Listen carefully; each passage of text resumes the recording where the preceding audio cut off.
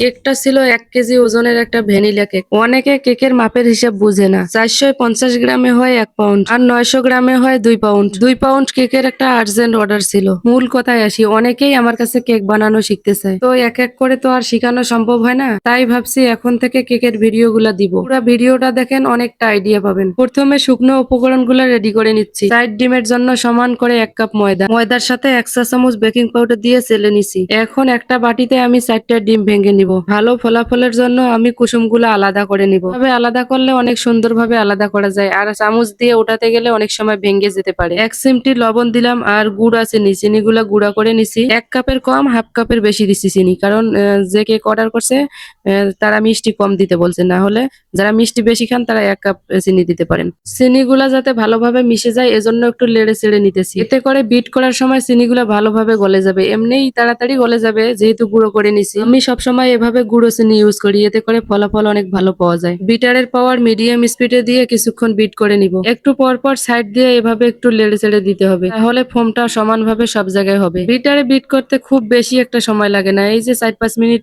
Bit করলেই হয়ে যায়। আর কুসুমটা যদি আলাদা না করতাম তাহলে অনেক সময় লাগতো। অনেক সময় আবার ডিম ভাঙতে গিয়ে দেখা যায় যে কুসুমও ভেঙে যায়, তখন আর কিছু করার থাকে না, একসঙ্গে দিয়ে বিট করতে হয়। একসঙ্গে বিট করলে কোনো সমস্যা হয় না, তবে এভাবে করলে একটু ভালো রেজাল্ট আসে আর কি। এই দেখেন বিট করতে করতে অনেকটা ফোমই হয়ে গেছে। খুব বেশি বিট করা যাবে না আবার, তাহলে ফোমটা নষ্ট হয়ে যাবে।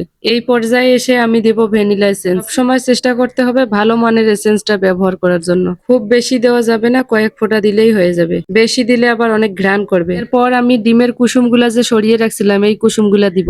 এরপর 1 চামচের মতো সয়াবিন তেল দিছি আমি। এই কেকে সয়াবিন তেল না দিলেও কোনো সমস্যা নেই। এগুলা দেওয়ার পরে খুব বেশি বিট করা যাবে না, এই 10 সেকেন্ডের মতো আর কি বিট করে নিতে হবে, না হলে ফোমটা নষ্ট হয়ে যাবে। বিটারের কাজ শেষ, তাই খুলে নিলাম। এই পর্যায়ে এসে খুব সাবধানে আর কি শুকনো উপকরণগুলো মিশাতে হবে। খুব তাড়াহুড়া করা যাবে না, না হলে ফোমটা আবার বসে যাবে। ফোমটা যদি নষ্ট হয়ে যায় তাহলে কিন্তু কেক ভালো হবে না, ফুলবে না। এই কাজটা আলতো হাতে খুব সাবধানে করতে হবে। এভাবে আস্তে আস্তে একটু একটু করে শুকনো উপকরণ দিব আর একটু একটু করে মিশিয়ে নিব। এই দিক সেই দিক ঘুরানো যাবে না, একদিক দিয়ে সমানভাবে একদিক দিয়ে ঘুরাইতে হবে, উল্টা পাল্টা দিক দিয়ে মিশানো যাবে না। দেখেন আমি শুধু এক সাইড দিয়ে ঘুরিয়ে ঘুরিয়ে মিশিয়ে নিচ্ছি, আমি কিন্তু এদিক সেদিক দিয়ে মিশাই না। এই কাজটা একটু সময় নিয়ে করতে হবে। এরপর স্প্যাচুলা দিয়ে নিচ থেকে একটু উল্টে পাল্টে নিতে হবে, যাতে শুকনো উপকরণ গুলো নিচে না লেগে থাকে। আমি লাভ শেপের কেক মোল্ড একটা আগেই রেডি করে রাখছি। এখন সম্পূর্ণ বেটারটা মোল্ডে ঢেলে নিব। এভাবে ঢেলে নেওয়ার পরে একটা কাঠি দিয়ে ঘুরিয়ে ঘুরিয়ে সমান করে নিতে হবে। এভাবে নেওয়ার কারণ নিচে যাতে কোনো ফাঁকা না থাকে। এরপর স্প্যাচুলা দিয়ে আমি উপরটা একটু সমান করে নিলাম আর একটু ট্যাপ ট্যাপ করে নিলাম। প্যানের মধ্যে লবণ দিয়ে চুলাটা 10 মিনিট আগে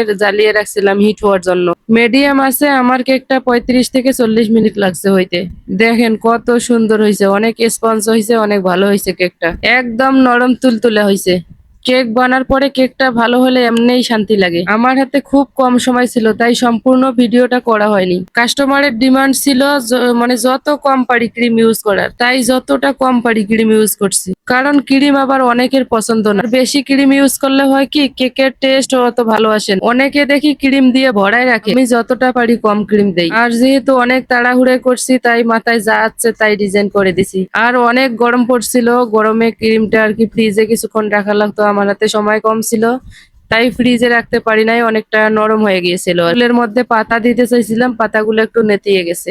তারপরেও কাস্টমারের কোনো অভিযোগ ছিল না, বলছে কোনো সমস্যা নাই, কেকের টেস্ট অনেক ভালো, ডিজাইনে কোনো যায় আসে না। আর আমার পরিচিতরা জানে আমি 3 বছর আগে অনেক প্রচুর প্রচুর কেকের কাজ করছি। এখানে 3টা বছর গ্যাপ, অনেক দিন। আমি যে একটা কি ভুল করছি আমি নিজেও জানি না, কারণ এতটা গ্যাপ না রাখলে হয়তো আমার দ্বারাই ভালো কিছু হতো, আমি হয়তো বিজনেসে এতদিন সফলতা অর্জন করতে পারতাম। কারণ আমার পরে অনেকে কাজ শুরু করছে, আমার পরে কাজ শুরু করে অনেকে সফলতা অর্জন করছে, আর আমি অলস হয়ে সেই পিছনেই পড়ে রইলাম। কোনো ব্যাপার না, আপনারা যদি পাশে থাকেন সহযোগিতা করেন আবার ঘুরে দাঁড়াবো ইনশাআল্লাহ। যেহেতু অনেকদিন পর কাজ শুরু করছে তাই ফিনিশিং একটু সমস্যা হবে, প্র্যাকটিস করলে আস্তে আস্তে ঠিক হয়ে যাবে ইনশাআল্লাহ। অনেকক্ষণ ধরে অনেক বকর বকর করলাম। সবাই ভালো থাকবেন, সুস্থ থাকবেন। চেষ্টা করব আরো সুন্দর সুন্দর কেকের ভালো ভালো রেসিপি দেওয়া। যারা অর্ডার করতে পারবেন না রেসিপি দেখে ঘরে বসে বানিয়ে খাবেন ইনশাআল্লাহ।